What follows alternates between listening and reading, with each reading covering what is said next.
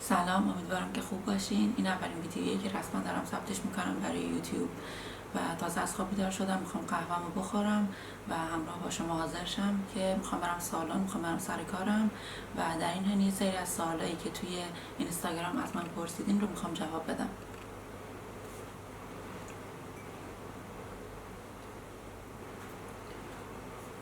خب من آینم اونوره، ولی چون باید رو دوربین باشم از یه آینه کوچیک استفاده میکنم که میکاپمو انجام بدم. البته برای روزانه من میکاپ خاصی انجام نمیدم، خیلی کوتاه و مختصره، ولی همونم مرحله به مرحله با هم انجام میدیم. از ضد آفتابم شروع میکنم، ضد آفتاب سنتلا.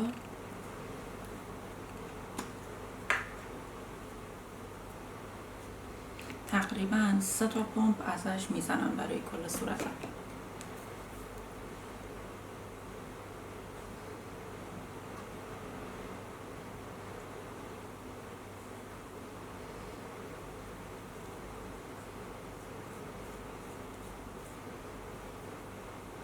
برای پوست چرب خیلی ضد آفتاب خوبیه، اصلا حس چربی و چسبناکی و سنگینی بهتون نمیده. خیلی وقت دارم ازش استفاده میکنم، باعث جوش هم نمیشه.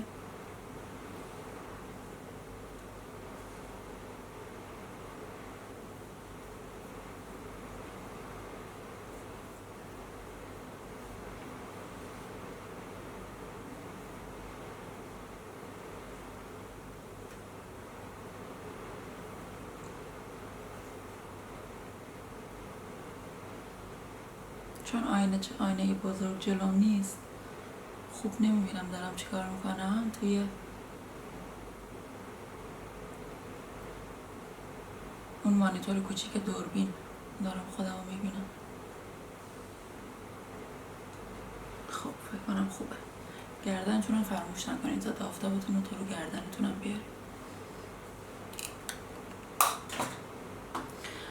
خب چون این ضد آفتاب خودش یکم حالت مرطوب کنندگی هم داره، من دیگه زیرش مرطوب کننده نزدم.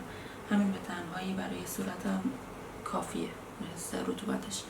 بعد کرم دور چشممو میزنم، گرین و مدل کروت.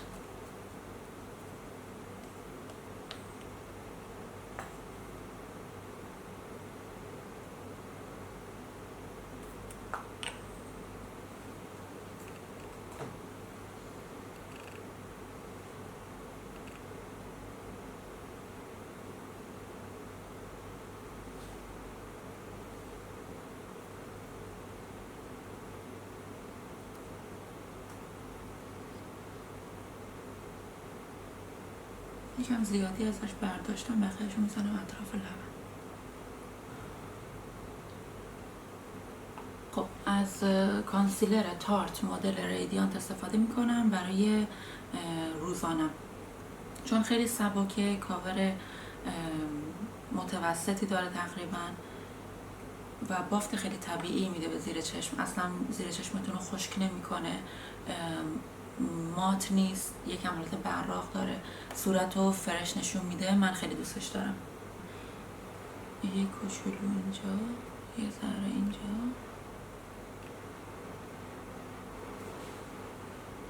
و با یه اسفنج کوچولو بلندش میکنم.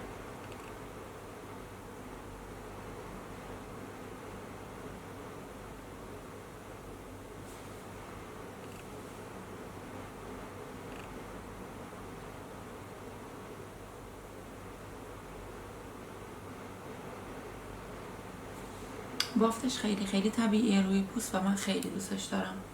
و بعدش میرم سراغ رژگونم. رژگونی که استفاده میکنم از برند کره‌ای اپی، اگر اسمشو اشتباه نگم، اپی، و فکر کنم شماره 003 هست. باز اینم خیلی بافت خوشگلی داره، یه شیمرای خیلی ریزی توش داره که صورتتون رو خیلی شاداب‌تر نشون میده.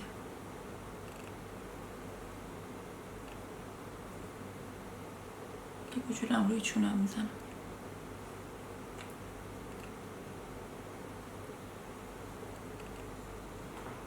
به نظرم شما اگر که هیچ کانسیلری یا کرم پودری نزنین، ضد آفتاب بزنین و فقط رژگونه خودش به تنهایی کار رو جمع میکنه. صورتتون رو خیلی شادابتر و خوشگلتر و سرحالتر نشون میده.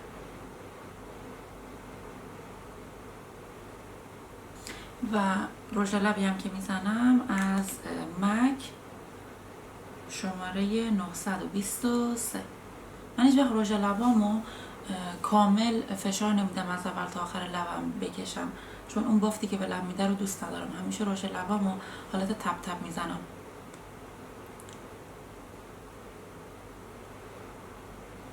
چون نمیخوام بافت زیادی به پوستم بده، نمیخوام بافت زیادی به لبم بده، دوست دارم فقط یه رنگی بده، یه رنگ خیلی طبیعی، انگار که لبای خودم اون رنگیه.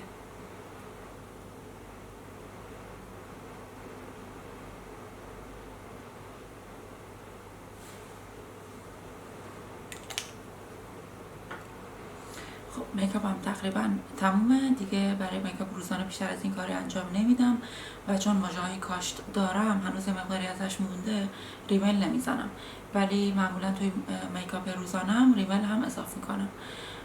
بریم سراغ سوالایی که شما از من توی اینستاگرام پرسیدین، بهشون جواب بدم. خب بچه‌هایی که از شما پرسیدین، واقعا واسم سواله که چجوری کانسیلر زیر چشممو وقتی شما میزنی خط نمیافته.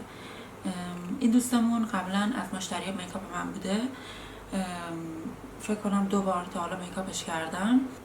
دلایل مختلفی میتونه داشته باشه، ولی 2 تا از مهمترین دلیلاش اینه. یکی این که شما حتما زیر چشمتون رو خوب مرطوب نگه دارین، یعنی روزی که میکاپ دارین از شب قبلش که میخواین بخوابین حتما کرم دور چشمتون رو بزنین، یا همون تایمی که میکاپ دارین کرم دور چشمتون رو حتما بزنین، بعد برین سراغ کانسیلر. و حجم موادی که میذارین زیر چشمتون باید کم باشه، چون هرچی حجم مواد بیشتر باشه، اون خط و خطوط که به هر حال هست، حجم موادم که زیاد باشه، وقتی میخندین اون ترکایی که میفته عمیق‌تر و بیشتره. پس حجم مواد کم خیلی مهمه که باعث میشه که اون خط و خطوط یا نیفته یا اینکه اگر بیفته خیلی کم باشه. میرم سراغ سوال بعدی. گفتن که چه برند براشی و چه سایزی مناسب واسه هر کاری. اگر بخوام تخصصی بهش جواب بدم، توی هیته کاری خودم که میکاپه خیلی زیاد میشه و فکر نمی کنم ایشون برای کار تخصصی بخوام، برای استفاده شخصیشون میخوان. واسه همین از براشای صورت هم بهتون میگم، چند نمونه براش صورت رو بهتون معرفی میکنم که کارتون رو راه بندازه وقتی میخواین خودتون رو میکاپ کنین توی خونه.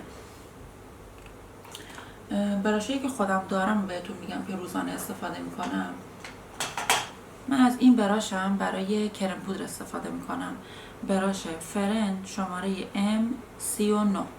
حالتش رو ببینین، یه حالت کج داره و موهای براش از این سمت به بالا، از موهای کوتاه شروع شده به سمت موهای بلند و این خیلی راحت روی پوست شما میخوابه. کرم پودرتون رو میتونین با این بزنین، خیلی خوب کرم پودر رو روی صورتتون میخوابونه. من از این براشم خیلی راضیم، از وقتی که این براش رو گرفتم کلا با همین کرم پودر رو میزنم. خب بعد از این براش، یه براش دیگه هم بهتون معرفی میکنم برای کرم پودر زدن. براشایی که این شکلی هن، موهای خیلی متراکمی دارن، وقتی بهشون دست میزنین اصلا براشای نرمی نیستن، منسجم موهاشون.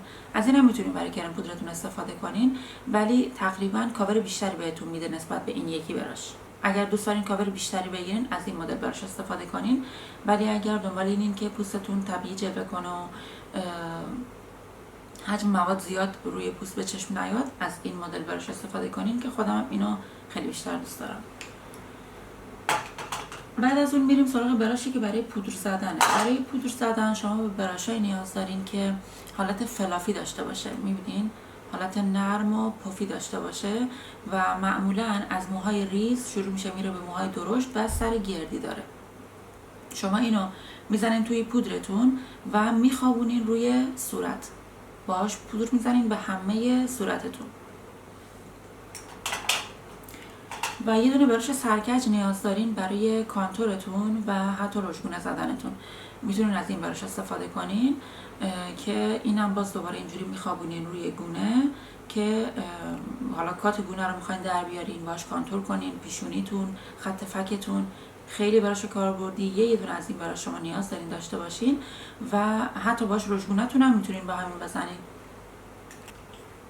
و یه دونه براش باز فلافی کوچیک شبیه همونی که برای پودر استفاده کردیم ولی سایزی کوچیکش که باز موهای کوتاه رو بلندی داره و سر گردی داره و براش نرمیه.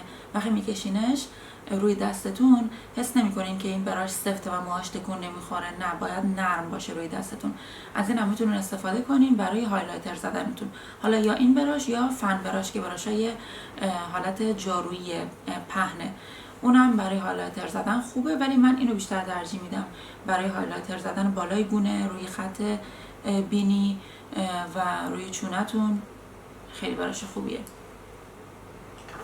دیگه. همین فکر کنم تقریبا همه براشا رو گفتم. از این مدل براشا میتونید برای کانسیلر زدن استفاده کنین که کوچیکه و تقریبا خیلی منسجمه و متراکمه. براشش وقتی میکشین روی دستتون تقریبا حس میکنین که سفت، محکمه، نرم نیست، ولی من ترجیح میدم با همون اسفنج کانسیلرمو بزنم چون بافت بهتری میده نسبت به براش. من برای استفاده روزانم از این براش استفاده میکنم برای رژگونه زدن از برند مورف است، سری جکلین هیل و شماره JH17.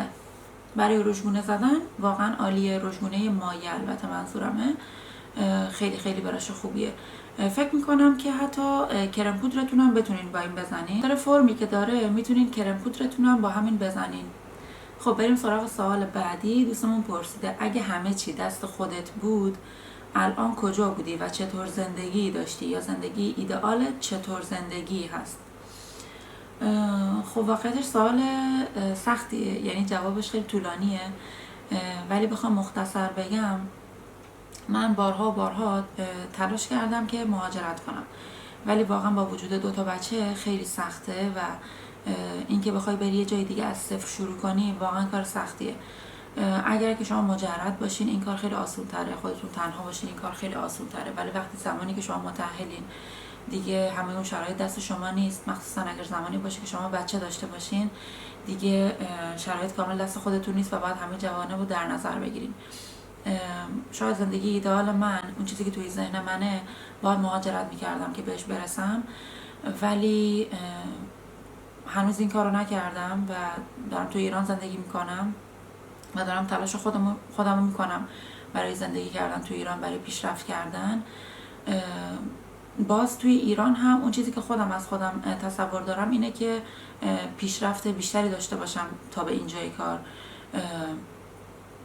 و به موفقیت‌های بیشتری رسیده باشم علاوه شغلی، علاوه درآمدی، ولی به خاطر شرایطی که هممون میدونیم باهاش داریم دست و پنجه نرم میکنیم و توی جامعهمون هست نتونستم هنوز به اونجایی که میخوام برسم ولی خب دست تلاش بر نمیدارم، تلاشمو میکنم. مثل همه شماهایی که دارین تلاش میکنیم، ما نمیتونیم بشینیم یه گوشه بگیم شرایط بده ما کار نمیکنیم، تلاش نمیکنیم، دست تلاش برمیداریم، نمیشه. ما بعد همونجوری که هست بتونیم بهترین شرایط رو برای خودمون درست کنیم، به کارمون ادامه بدیم، انگیزه داشته باشیم، امید داشته باشیم و همین. از بین سوالایی که پرسیده بودیم من اینا رو انتخاب کردم که جواب بدم و نمیخوام حالا اولین ویدیو دیگه خیلی طولانی بشه و در کل امیدوارم که ویدیو خوبی از آب در اومده باشه که بتونم پستش کنم، بتونم بذارمش یوتیوب و شما هم اگر دوست داشتین ممنون میشم که منو حمایت کنین با لایکتون، با کامنتتون و همین دیگه. بریم تا ویدیوی بعد. مرسی که با من همراه بودین، دوستتون دارم، خدا نگهدار.